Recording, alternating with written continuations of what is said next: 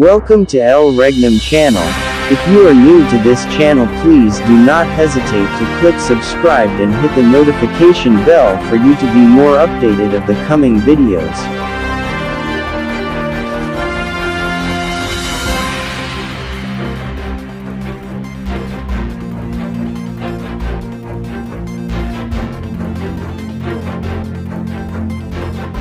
Mga kapatid, ganap na ang 2,000 taon na sukat ng panahon sa pagbabalik ni Kristo sa sanglibutan. At tayo ay nakapasok na sa 1,000 taon na si Kristo ay maghahari kasama ng kanyang mga bayan.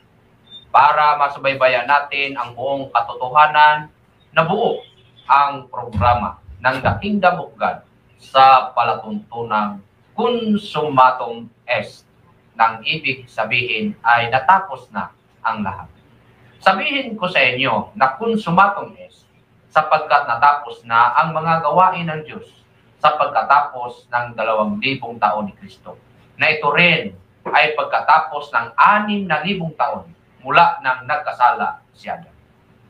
Sa ika-6,000 taon ay natapos ng Diyos ang kaniyang gawang ginawa at sa ika-7,000 taon siya ay nagpahinga. Gayon din sa pangalawang sanglinggo ay natapos na ang ika-6,000 taon at tayo'y narito na sa ika-7,000 taon ng kapahingahan ng Diyos. Dahil dito, kinakailangan sa mga tao ang paghahanda para mabago ang sarili. Nang sa gayon, hindi na may balik ang nangyari ni Adan na habang nagpahinga ang Diyos, si Adan ay nagkasala noong unang panahon. Ngayon, ay natatag na ang kaharian ng Diyos na handang papasukan ng mga taong nakasumpong ng katuwiran ng Diyos. Isang mapagpalang hapon po sa ating lahat, Luzon, Visayas, Mindanao. Nandito na naman tayo sa ating palutuntunan tungkol sa kaharian ng Diyos na ito po ay ipalaganap natin sa buong mundo, particular dito sa ating bansang Pilipinas, Luzon, Visayas, Mindanao, ang tungkol sa kaharian ng Diyos. Dahil ito talaga ang pinakamahalaga na isiniwalat natin sa buong kapuluan sapagkat ito po ay sinabi ng ating Supreme Founder sa The Kingdom of God na huwag natin itigil ang pagsiwalat sa mabuting balita tungkol sa kaharian ng Diyos. Kaya gamit ang mga karadyuhan, Luzon, Visayas, Mindanao, lalo na dito sa ating paboritong istasyon sa DXBD 11.3 FM, ika nga The Voice of the Pitan, no? So, isang mapagpalang hapon sa lahat, lalong-lalo na sa mga Dapitanon nga nagsubaybay sa ating programa tungkol sa kaharian ng Diyos, sa lahat ng mga lideres sa The Kingdom of God, Luzon, Visayas, Mindanao. So, bago po tayo magpapatuloy sa ating programa, nais po natin na magbigay pugay sa ating dakilang guro, Supreme Founder sa The Kingdom of God, na siya po ang nagtatag ng kaharian ng Diyos ayon po sa Daniel 2:44. Walang iba po ang ating His Majesty, Supreme King Philemon Ondo Criambunan, sa isang mapagpalang hapon po malari diyan sa New Jerusalem, no? Sa Purok New Jerusalem, diyan sa temple. No, isang mapagpalang hapon. At gayon din sa mga spiritual mothers, sa mga nanay, isang mapagpalang hapon. At gayon din sa 12 anak ni Mahal na Hari na ito po ay naging pundasyon sa bawat region sa buong Pilipinas. At ito po ay kakibat ang 12 apostolis ni Mahal na Hari, no? From Region 1 hanggang Region 12 kasama ang NCR Caraga. Isang mapagpalang hapon po sa ating lahat. At gayon din sa mga 70 leaders, sa lahat ng kapuluan, mga hari at mga reyna, mga ebanghelista, mga leaders, mga hari at reyna sa bawat municipality, at gayon din sa ating mga hari at reyna, mga leaders, sa mga pastors, no? Pastor na nasign sa bawat barangay, mga purok leaders, members, Deuterium beneficiary, isang mapagpalang hapon po sa ating lahat. At siyempre, sa ating Chairman President ngayon sa The Kingdom of God, Siya din ang Chairman President ng The Royal Alpha Omega Ring Trading Corporation walang iba, si mahal na Prinsipe Rocky Ibanez Riam Bonanza. At gayon din sa kanyang kapatid na Chairman President ng PDDMC, Philippine Deuterium Development and Management Corporation, King Adolfo Vidal Riam Bonanza. Isang mapagpalang hapon po sa ating lahat. So, siyempre atin sang munang pasalamatan ng mga nagbibigay buhay sa ating programa sa The Kingdom of God, sapagkat kung wala sila, wala po tayo, no? So, unang-una po ang ating Regional Director Apostol King Edgar Ligutom, no? Siya po ang ating speaker ngayon sa araw na ito. Gayon din kang King Wilbert Bermog, King Florentino Campilan, King Giovanni Ciaris, King Juanito Macalisang, King Felix Prosiso, itong inyong mababang lingkod, King Richard Prosiso, King Jerome Ligutom, and King Venancio Kilap-Kilap. Yan po ang mga Regional Director Apostol ni Malahari nga nagbibigay buhay sa ating programa tungkol sa kaharian ng Diyos. At gayon din sa Caraga Region, no, sa ating affiliated na pintuan ng kaharian ng Diyos, si Bishop Ramil Morales, isang presidente ng Church of God's Wisdom and His Living Spirit Incorporated. No, ito po ay matatagpuan natin sa Kabadbaran, sa Barangay Puting Bato, no, Kabadbaran. So, maraming salamat Bishop. At gayon din sa ating municipal leader dyan sa Butuan City, si Reyna Gili Goltia, at barangay leader na si Prince Gilbert Linihan. No, barangay leader usab sa Kabadbaran, si Reyna Merhel Escobedo, Reyna Marilo Morales. Yan po ang mga nagbibigay buhay dyan sa Caraga Region. No? Municipal leader sa Zamboanga del Norte, Reyna Margie Cagais. No? O ingon man si provincial leader, Francis Orn Cagais ng Misamis Occidental. Sa Region 11, sa pumuno ni Prinsipe Jopit Ligutom, ang ating mga provincial, municipal, and barangay. Unang-una si Reyna Cristina Miñano, no? Reyna Florencia Bellaflor, Hari Alan Rimulisan, Prince Gary Canuog, Hari Freddy Ilagan, Reyna Jacinta Molina, Reyna Ima Layawa, and dyan sa lungsod sa Sibutad o si Hari Kutad. No?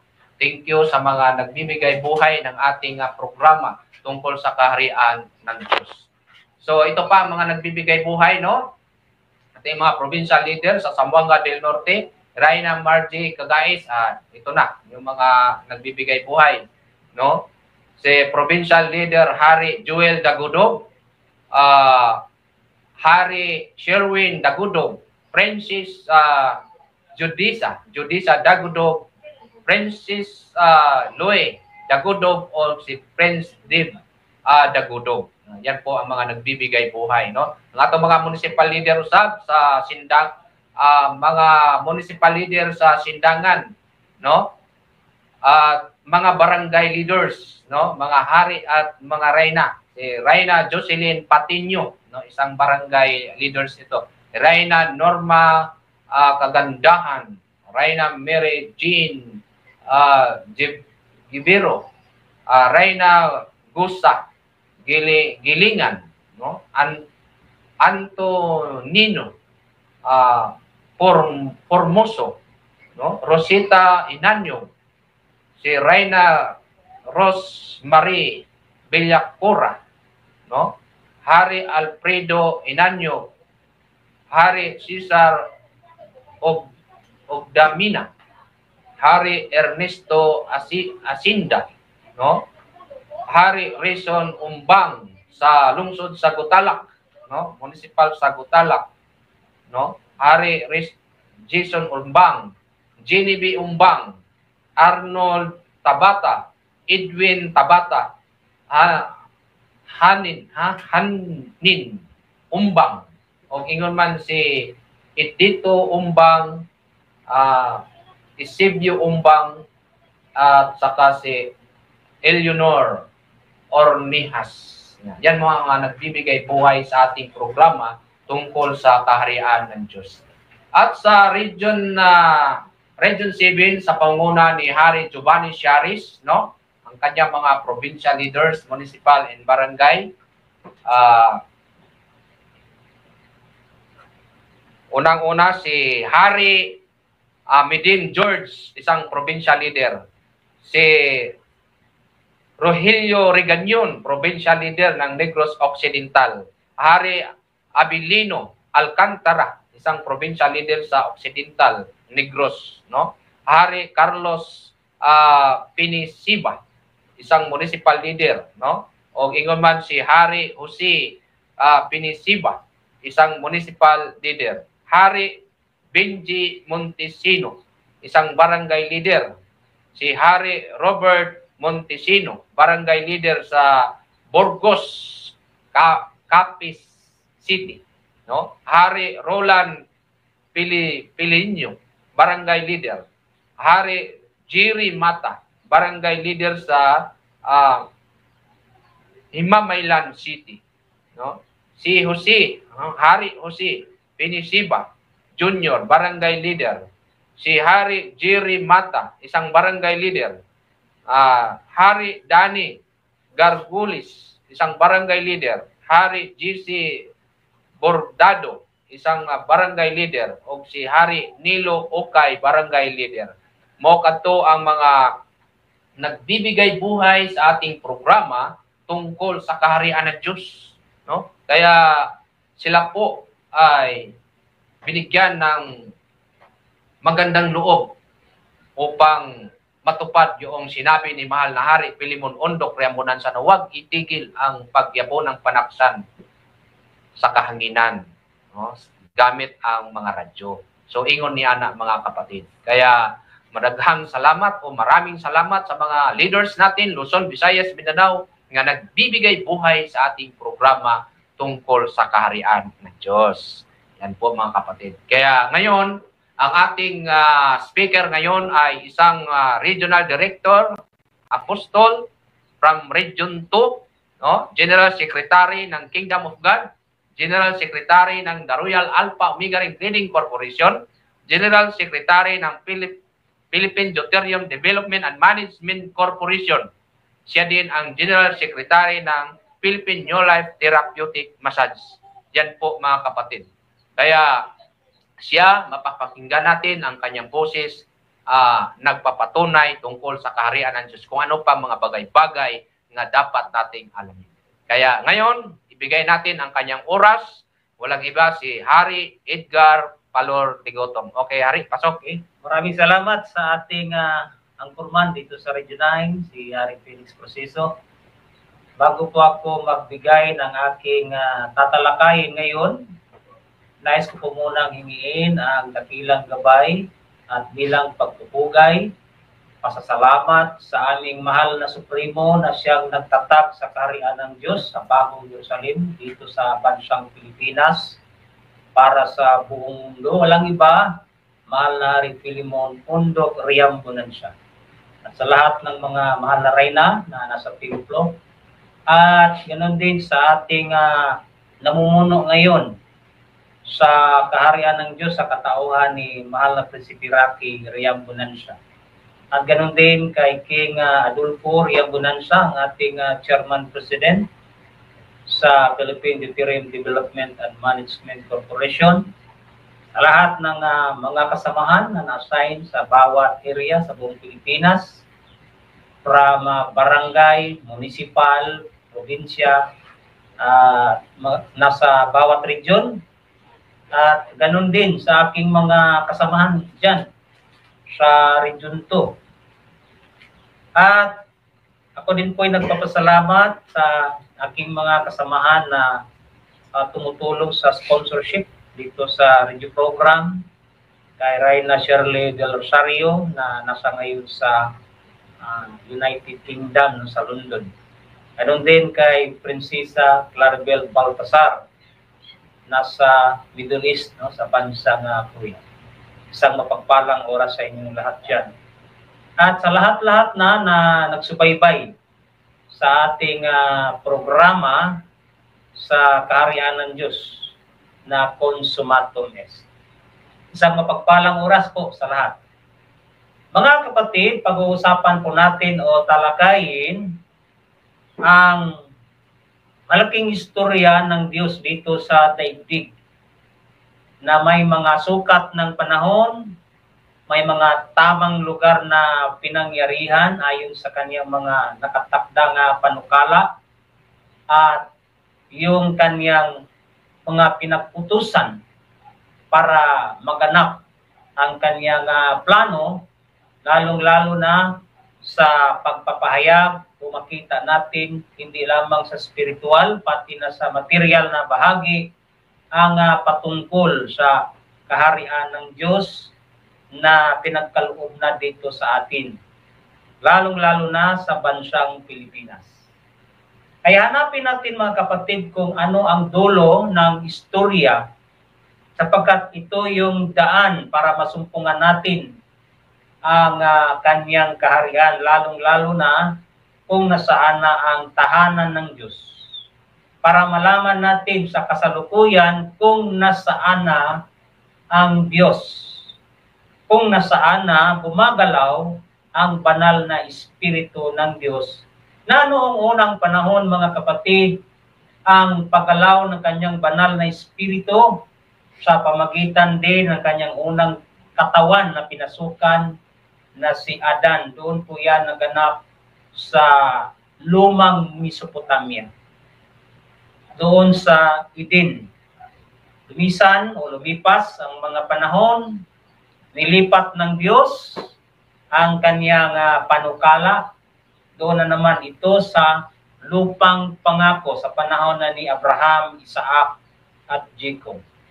Hanggang pinagkaloob sa lupang pangako na nandoon yung tahanan ng Diyos, doon ang Diyos nakatira sa ilang henerasyon mula sa panahon ni Abraham hanggang sa henerasyon ng ating Panginoong Jesucristo. Ang istorya po doon, walang iba ay patungkol lamang sa kaharian ng Diyos. Hanggang sa mga panahon na nangaral ang ating Panginoong Jesucristo sa kaharian ng Diyos, ngunit naging matigas ang mga puso at kaisipan ng mga tao doon. Diyos lang din ang nagpatigas, sapagkat hindi iyon ang final destination ng kanyang istorya na ang Diyos sa Israel ay ipaluwalhati na sa silanganan mga pulo ng dagat. Kaya nga, nilipat ni Kristo ang kaharian ng Diyos sa isang bansa na nagkakabunga. Kaya ang maging sentro sa talakayin natin ay ang isang bansa na napagtayuan ng kaharian ng Diyos, para ang bansa na ito ay magiging panglimang bansa ayon sa hula ni Propeta Daniel na maging haring bansa sa buong mundo. Kaya tayo po'y nagpapasalamat higit sa lahat, sapagkat sa pamamagitan ni Mahal na Filimon Undo Criambonancia, ang mga lihim ng Diyos, ang mga plano ng Diyos, ang mga bagay na magsidatingan na may katumbas na magandang buhay tungo sa buhay na walang hanggan, yung magandang kinabukasan ng mga anak ng Diyos.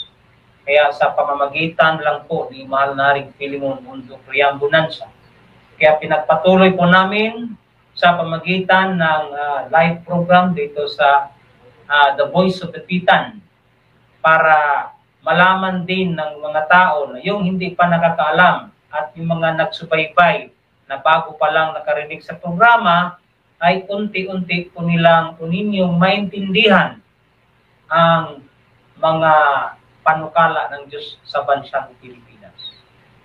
Kaya, balikan po natin ang mga nakaraan para maintindihan natin lubusan kung ano ang magiging kalagayan sa istorya ng Diyos sa kanyang kaharian dito na sa bansang Pilipinas, na naitatag ni Mahal Nari noong July 27, 1982 bilang katuparan sa propesiya ni Daniel na ang Diyos sa langit ay magtayo ng isang kaharian na mananatili magpakailanman.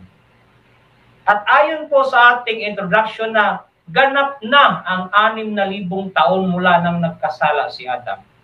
Ganap na ang 2,000 taon mula sa panahon ni Kristo, sapagkat ang taon natin ngayon ay 2025. Ibig sabihin, ang kasalukuyan natin ay nakapasok na sa 3,000 taon o 3 araw ni Kristo na kanyang paghahari. Ngunit hindi bigla po ang kanyang paghahari na sa isang kisap mata ay makikita ng mga tao ang kanyang paghahari. Unti-unting gumagalaw ang kanyang sistema, lalong-lalo na sa divino gobyerno ng Diyos. Habang narito pa ang istorya sa 5 mga pangulo na ang una ay si President BBM. Kaya sa loob ng 30 years, umpisa 2022, ika-40 years mula 1982, na unti-unting pinapa-implement na sa material na bahagi sa pamamagitan ng mga leaders ng kaharian ng Diyos ang divino gobyerno ng Diyos. Kaya hinahanap natin hanggang ngayon kung sino ang mga itinakda lamang ng Diyos na makaintindi sa panukalang ito na magiging kasama ni Kristo sa 1,000 taon na kanyang paghahari. Na ang kanyang katawan ay mayroong 5 bahagi. Na ano ang 5 bahagi ng kanyang katawan? Unang-una ay ang mga apostoles na na-assign sa region. Pangalawa, yung mga propeta na na-assign sa probinsya. Ngunit itong mga provincial leaders natin, mga kapatid, ay hindi namang isang probinsya ang hawakan niya. So, meron lamang mga numbers ng mga municipalities or cities na kanyang hahawakan. Pwede 4 na bayan, 5 o pataas ang kanyang hahawakan na siya ay tinaguriang provincial leader sa kaharian ng Diyos. At yung mga ebanghelista, yung mga na-assign sa bawat municipality, yan po ang mga evangelist sa spiritual na tawag. At yung mga pastor na na-assign sa barangay. Since ang barangay natin ay meron namang mga composition na nahati na sa mga purok, kaya lumalabas din ang mga guro kasi sila yung direct na pupunta sa bawat purok para magturo sa mga palatuntunan, mga programa ng Diyos para sa kaayusan tungo sa buhay na walang hanggan. Yan po ang structural ng divino gobyerno ng Diyos na mayroong ulo. Ano yung ulo? Yung central office. So mayroong namumuno sa central office bilang pamunuan sa pangkalahatan. Para yung katawan ni Kristo ay magiging ganap o sakdal. Para ito'y gagalaw ayon sa kanyang mandatos, kung ano ang mga programa na kanyang ilulunsad. Maraming mga programa po ang ilulunsad ng divino gobyerno ng Diyos na unang-una walain ang kahirapan ng bansang Pilipinas sa pamamagitan ng Deuterium Project beneficiaries na ang original author po niyan, ang original proponent ng Deuterium Project with beneficiaries dito sa bansang Pilipinas, walang iba, mahal na hari, Philemon Undok Riambunansya. Sapagkat ang patungkol po sa Deuterium, yan po ang everlasting wealth na bilang dagdag, isa sa mga karagdagan na pinagkaloob sa bansang Pilipinas sa kaharian ng Diyos. Kung walang kaharian ng Diyos, hindi po yan maidagdag sa atin. Sapagkat nakasulat na hanapin muna natin una sa lahat ang kanyang kaharian at ang kanyang katuwiran at lahat ng mga bagay ay pawang idaragdag. Matagal na pong inahanda ng Diyos ang mga bagay na pawang niyang idaragdag. Nasa kasalukuyang termino ng ating Pangulo ngayon, ni President BBM, yung remaining years ng kanyang termino ayon sa panukala o propesya ng Diyos ay talagang magkaroon po yan ng implementasyon.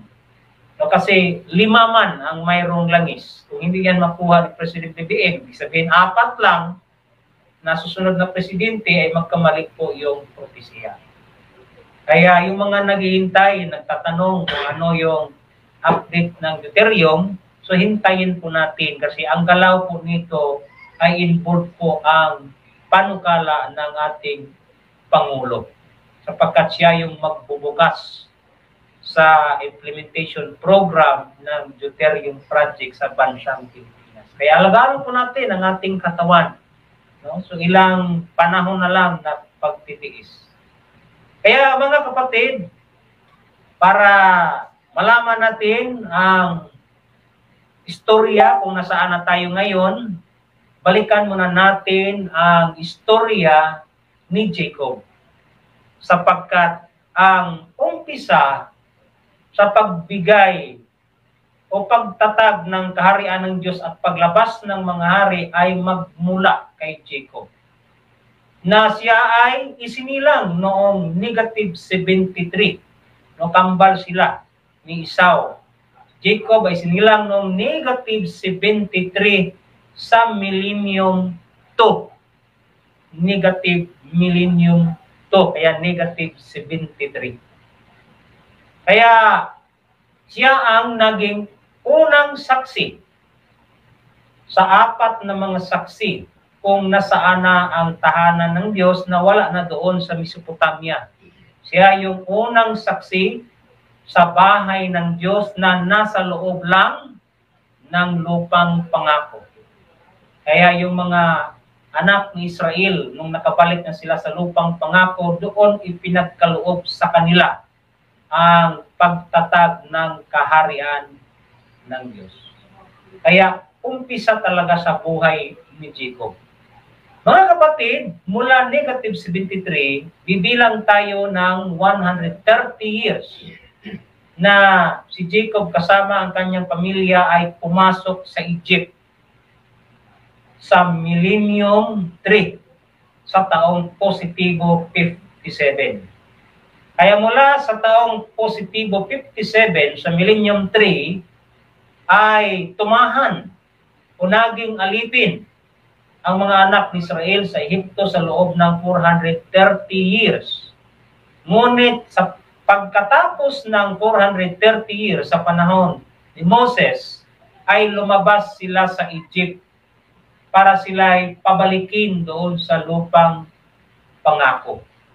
Kaya 40 years sila na nasa ilang, binigay ng Diyos ang kanyang mga panukala, ang kanyang mga palatuntunan, ang kanyang mga batas at mga kautusan, ang kanyang mga tamang daan para malaman ng mga anak ni Israel sa kabuuan na ang panukala ng Diyos ay siya'y magbibigay o magbigay sa kanila ng isang gobyerno kung tawagin ay kaharian. Hindi po yun kaharian ng tao sapagkat Diyos ang nagbigay kaharian ng Diyos o divino gobyerno ng Diyos. Mga kapatid, meron na pong istorya sa mundo ang patungkol sa divino gobyerno ng Diyos na ito'y gumalaw noon sa bansang Israel. At ang naging namuno, naging hari sa kaharian ng Diyos ay yung tinawag na anak ng Diyos. Kahit si Haring David ay tinawag siya na panganay na anak ng Diyos. Bakit panganay? Sapagkat ayon sa basbas ni Jacob doon sa lahi ni Huda, na ang lahi lang ni Huda lalabas ang tunay na pagdadaluyan ng banal na Espiritu ng Diyos na maging hari sa kaharian ng Diyos na noon ay nasa bansang Israel. Kaya mula sa taong 430 years mga kapatid, mayroong mga sukat ng panahon na binigay ng Diyos para sa pagganap naman ng kanyang panukala. So ang plano ng Diyos mga kapatid ay long term kasi mula sa ika-430 years mula positive 57, ang taon na yon ay 487. Yan ang taon na sila lumabas sa Egypt. Na mula sa taon 487 ay bibilang tayo ng 480 years ayon sa pagkaloob ng Diyos. Na pagkatapos ng 480 years, mula sa taong 487 ay naitayo ni Haring Solomon ang bahay ng Diyos na nakita noon sa panaginip ni Jacob para mabigyan ng katuparan, aktual na katuparan na ang bahay ng Diyos ay nasa loob ng lupang pangako, nasa loob ng banal na syudad. Kaya ika-480 years mula sa taong sila'y lumabas sa Egypt, ang taong 967 sa Millennium 3, na yan po ang pang-apat na taon sa paghari ni Solomon ay naitatag niya o naitayo ang bahay ng Diyos. Pang-apat na taon. Kung isipin po natin anong taon siya nag-umpisa sa pagkahari, kaya atras lang po tayo ng 4 na taon mula sa taong positive 967. Minus 4, ibig sabihin, nag-umpisa si Haring Solomon sa kanyang katungkulan bilang hari sa kaharian ng Diyos noon sa bansang Israel sa taong 963. Ngayon, 37 years to go. 37 years na lang ang kulang para matapos ang 1,000 taon sa Millennium 3. Ngayon, ang termino sa paghari o mga bilang ng taon sa paghari ni Solomon sa Israel ay 40 years man, kaya meron siyang 3 taon na nakapasok na sa pang-4 na milenyo na negatibo. So ano bang ibig sabihin ng milenyo positibo at milenyo negatibo? Ito po yung pagkakaiba. Pag sabihin natin milenyo negatibo, decreasing po ang pagbilang ng mga taon. From 1,000 pababa. At ang millennium na positibo, yung pagbilang ng 1,000 taon ay paakyat. Kaya yung millennium 4, pababa po yun. Kaya yung 3 taon na nakapasok sa millennium negative millennium ay isubtract lang po natin yung 3 taon sa 1,000 years. Kaya in the year negative 997, diyan po natapos ang termino ni Haring Solomon sa istorya sa kaharian ng Diyos sa bansang Israel. Ngayon, may nakasulat na ang mga nangyari noon ay kailangan mangyari ulit sa isang bansa na binigyan ni Kristo ng kaharian ng Diyos. Gamit din sa mga tinurong panahon ng Diyos na 2,520 years.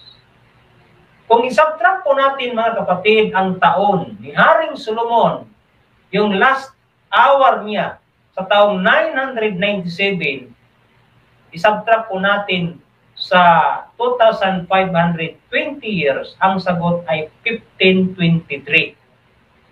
Yan po ang tamang sukat ng panahon na ang kaharian ng Diyos ay naibigay na sa isang bansa na nagkakabunga ayon sa sinabi ni Kristo na bansang nagkakabunga. Ano ba ang maging bunga ng bansa na ito? Ang naging bunga ay yung makakristong pananampalataya. Kaya nagmadali ang Diyos bago pa man ang taong 1523. 1521 pa lang ay pinadiscovery na niya ang bansang Pilipinas ayon din sa kanyang mga panukala na mayroong 2 bansa ang madiscovery sa buong mundo sapagkat isa sa dalawang bansa na yan ang bansa ni Jacob. Kaya natupad na mayroong dalawang bansa na na-discovery. Una, bansang Amerika, yan ang bansa Edom, kambal ni Jacob. Na-discovery ang bansang Amerika, October 12, 1492 sa pamamagitan ni Christopher Columbus. Sa sponsorship din ng bansang Spain. Kaya ang bansang Espanya sa panukala ng Diyos, yun ang kanyang ginamit para sa pagtuklas dalawang bansa o twin nations, dalawang bansa na kambal.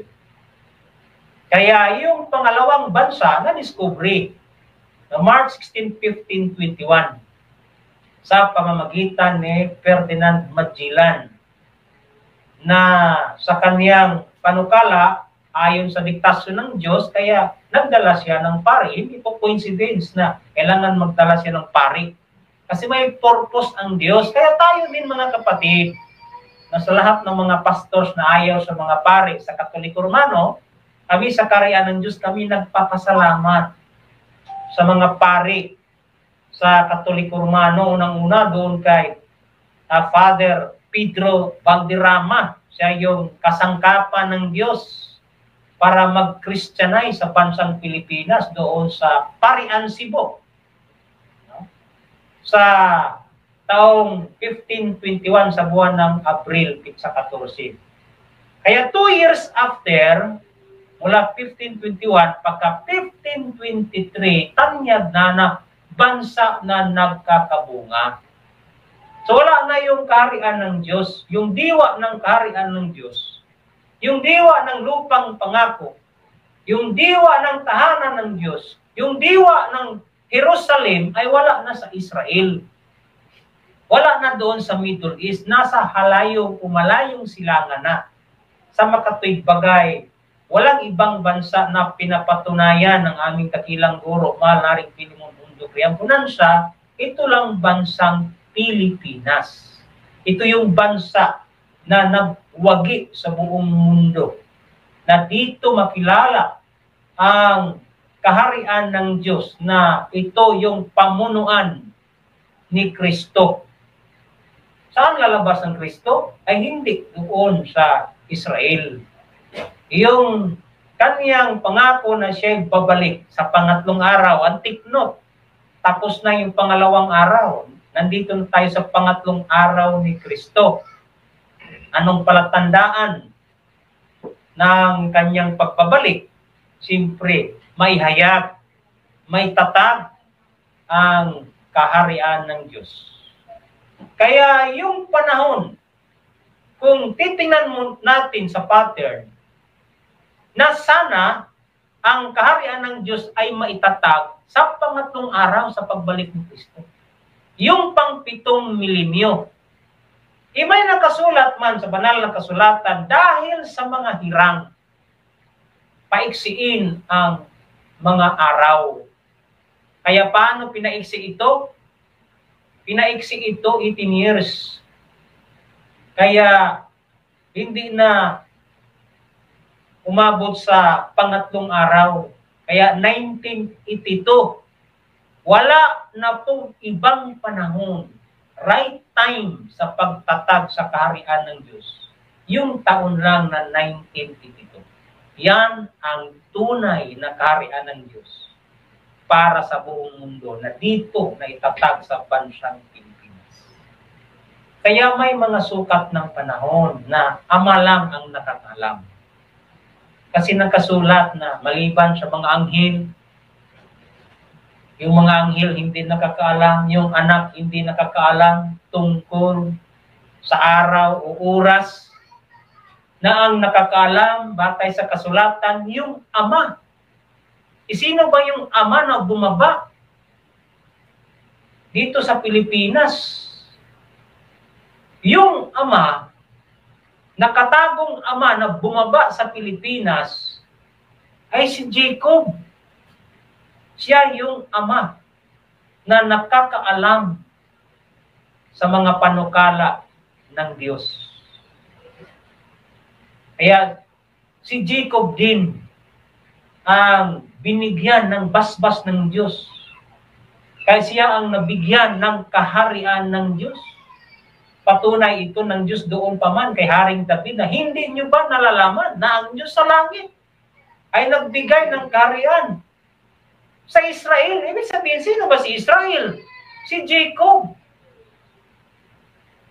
Yung ama ang naging founder ng kaharian ng Diyos sapagkat ang nakaraan, mga kapatid, si Jacob ang tunay na founder ng Jerusalem. Yung bato na kanyang pinahiran ng langis ay may malaking kahulugan yun na ang batong ito na kanyang pinahiran ay magiging bahay ng Diyos.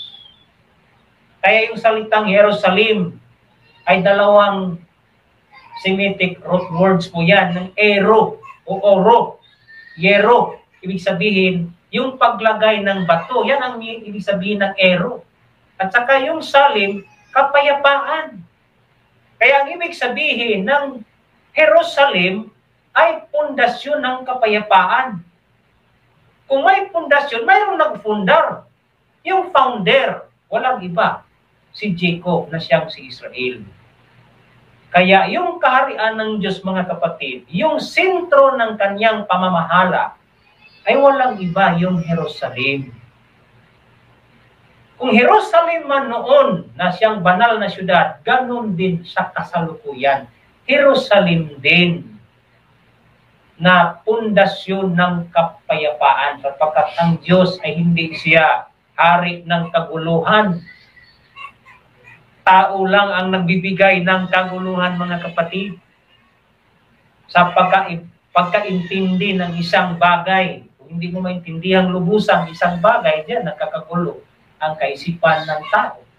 Kaya tingnan mo ang Pilipinas, the only Christian country in the Far East. Pero anong kalagayan sa pananampalataya? Nagkakagulo, nagkaroon ng mga debate. Patunay na sila lang daw yung totoo pinadala ng Diyos. Ayon sa kanilang pananampalataya na sila lang daw yung totoo, yung iba, hindi na. So hindi ganun ang Diyos po, mga kapatid.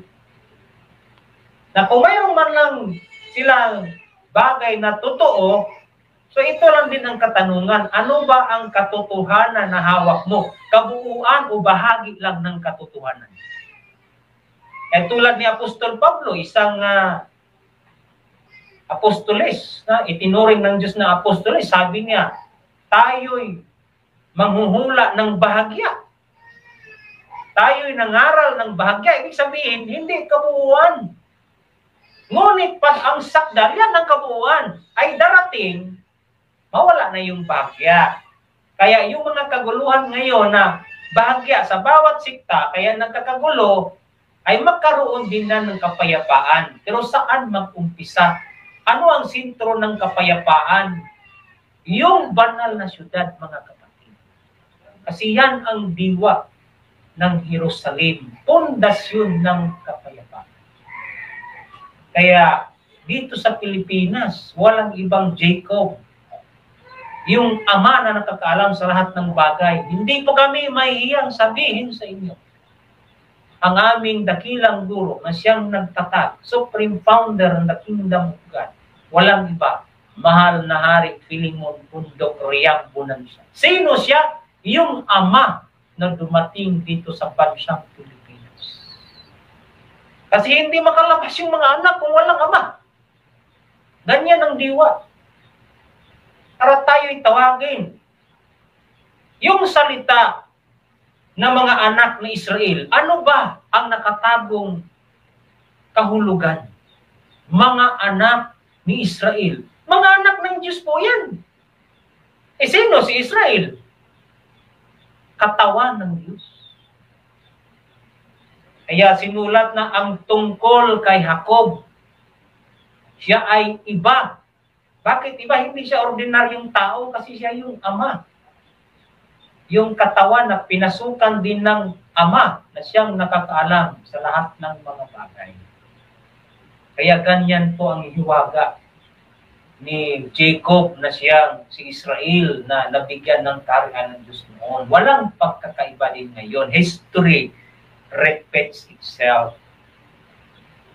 Kaya sa lahat ng mga tao, mga kapatid, sa lahat ng mga ngaral na pinadala ng Diyos sa bansang Pilipinas, walang ibang nangaral at nagpatunay sa kaharian ng Diyos. Si mahal na Haring Filimon Undok Riampo ng Sala. Kaya siya ang nakakaalam sa takbo ng panahon, sa mga sukat ng panahon. Kaya mula 1523, ayon sa istorya ng Diyos na may mga panahon, 40 years mula 1523. Sa taong 1563 ay nadiskubre ang dapitan sa isang hari na si Dato' Pagbuaya. Sino ba si Dato' Pagbuaya?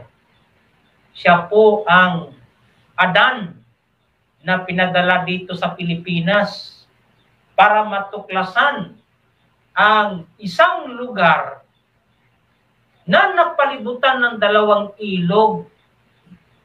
Kasi diyan din darating yung last Adam na magiging espiritu na magbibigay buhay. Kailangan tuklasin muna ang nakatagong lugar. Yung mga lihim ng Diyos dito sa daigdig.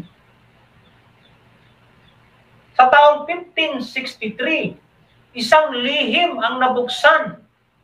Isang lugar na tinawag ito ni Dato' Pagbuaya. Hari Pagbuaya.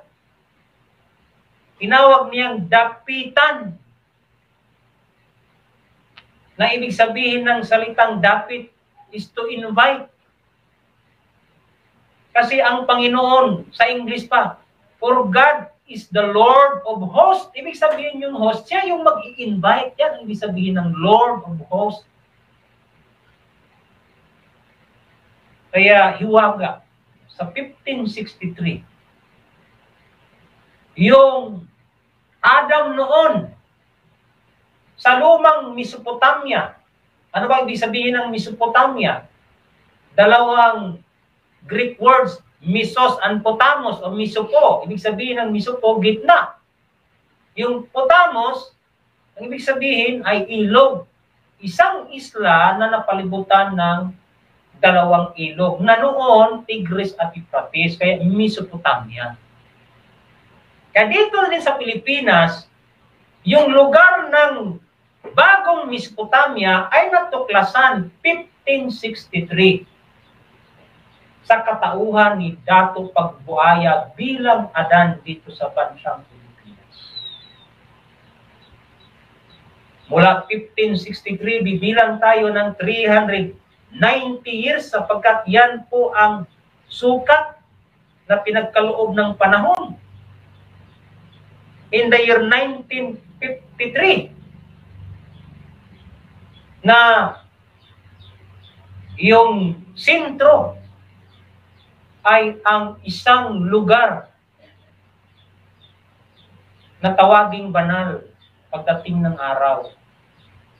1952 pa lang mga kapatid, prior sa taong 1953, dito sa Mindanao, kasi nandito yung lupang pangako, 4 silang nagpaligsahan kung sino sa kanila ang magwagi. Sapagkat ang magwagi ay siya lang magiging haligi sa templo ng Diyos at hindi na siya lalabas doon at isulat sa kanya ang bagong Jerusalem at ang sariling pangalan ng Diyos. Bagong pangalan. 1952, 4 sila ang nagpaligsahan. Sino-sino ba po sila? Una, Rubinicleo Sr. Pangalawa, si Anastasio Balasi. Pangatlo, si Felix Milgar. At pang-apat, si mahal na Haring Filimon Undok Riampo ng Sala. Ano ang kanilang paligsahan? Kung sino ang makauwi sa dapitan. Kasi siya yung Adam na umuwi sa dapitan sa taong 1953. Walang ibang nakauwi sa katauhan lang ni Manari Filimon Undo Priampo na siya. Kaya siya ang nagwagi. Siya ang naging supremo sa kaharian ng Diyos.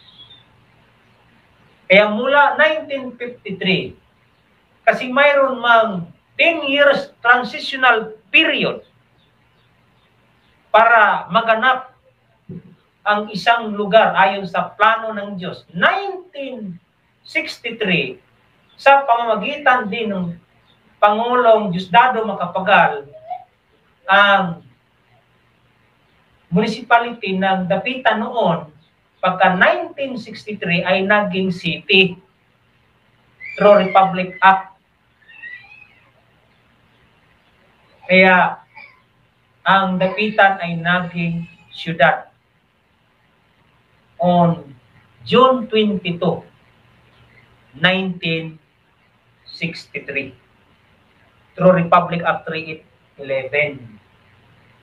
So, presidente ang magpanukala kasi ang instrumento ng Diyos para sa kanyang mga malaking kaganapan, gagamit po siya ng Pangulo o Presidente. Sapagkat ang salita ng Presidente, i-recognize po yan hindi lamang sa buong Pilipinas. Historically, maging sa buong mundo. Hindi yung kapitan ng utusan kasi wala siyang kapangyarihan. Yung pinaka-highest authority of the land ang gagamitin ng Diyos. Kaya mula 1963, bilang naman ng 10 taon, another 10 years transitional period, 1973, January 24, ay nabuo ang isang kaganapan dito sa Dapitan sa pamamagitan ni Pangulong Marcos Idralin Sr.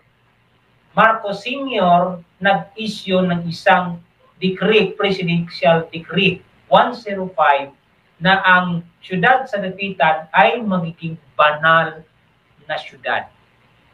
Sapagkat lalabas muna ang banal na syudad sapagkat yan ang palatandaan sa pagtatag ng divino gobyerno ng Diyos. Kaya pagka 1975, 2 years after, mula 1973, nag-umpisa si Manari sa pagbigay alam sa mga tao sa kanyang pangangaral patungkol sa kaharian ng Diyos at sa lahat ng mga lihim na bagay na kanyang itinapahayag mula sa taong 1975, July 27. Nag-umpisa siya doon sa lungsod ng Sindangan. Tuloy-tuloy hanggang dumating dito sa Dapitan. Ayan po ang istorya dito sa bansang Pilipinas. Na kailangan lalabas ang banal na syudad.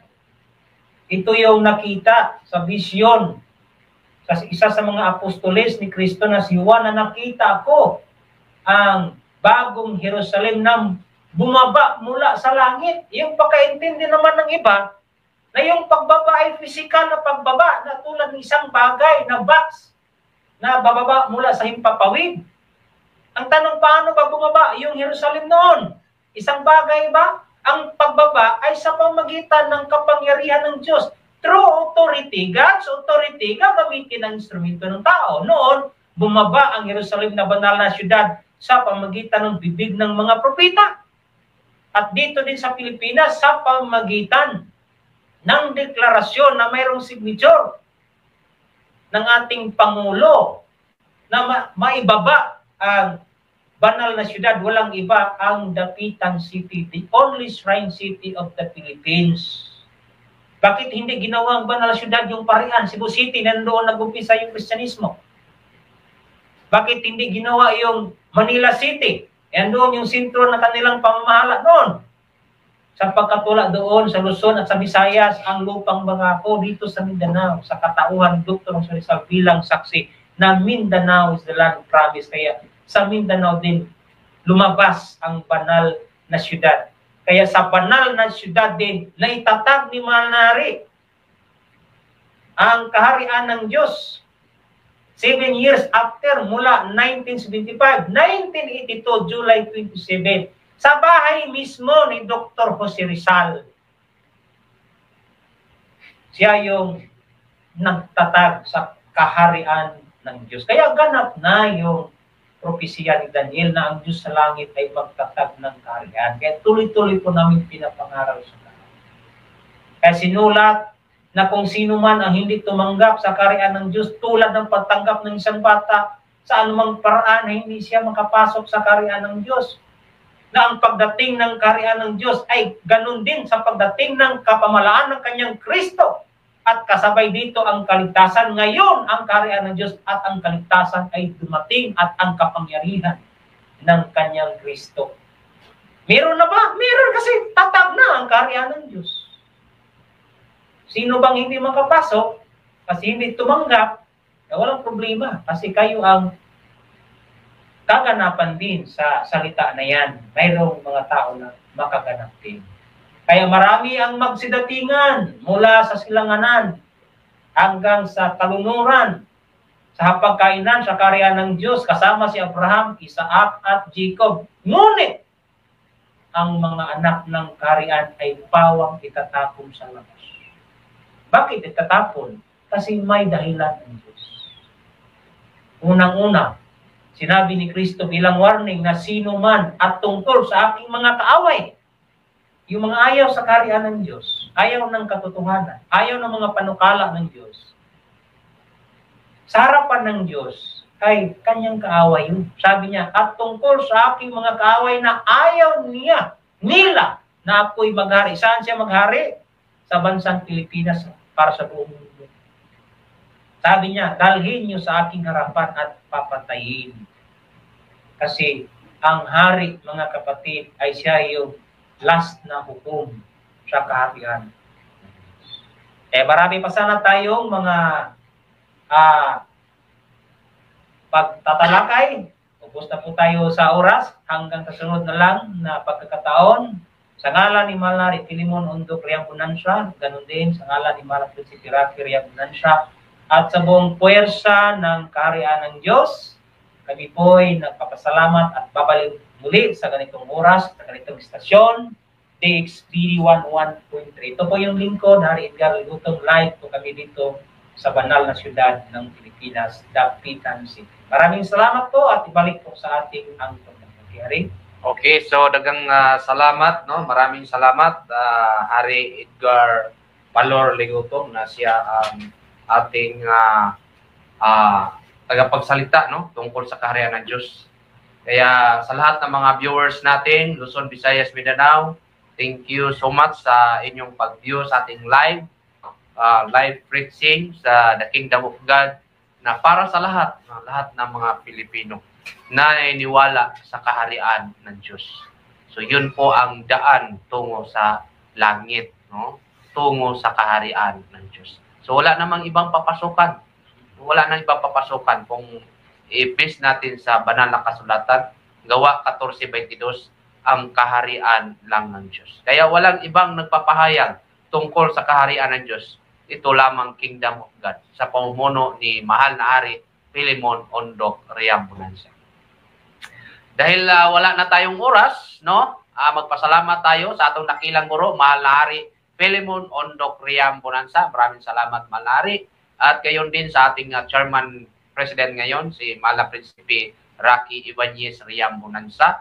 Sa lahat ng pamunuan ng The Kingdom of God, from Region 1 hanggang Region 12 kasama ang NCR, Caraga Region, so buong leaders, mga hari at mga reyna, isang mapagpalang hapon po sa ating lahat. At mabuhay po ang Kingdom of God.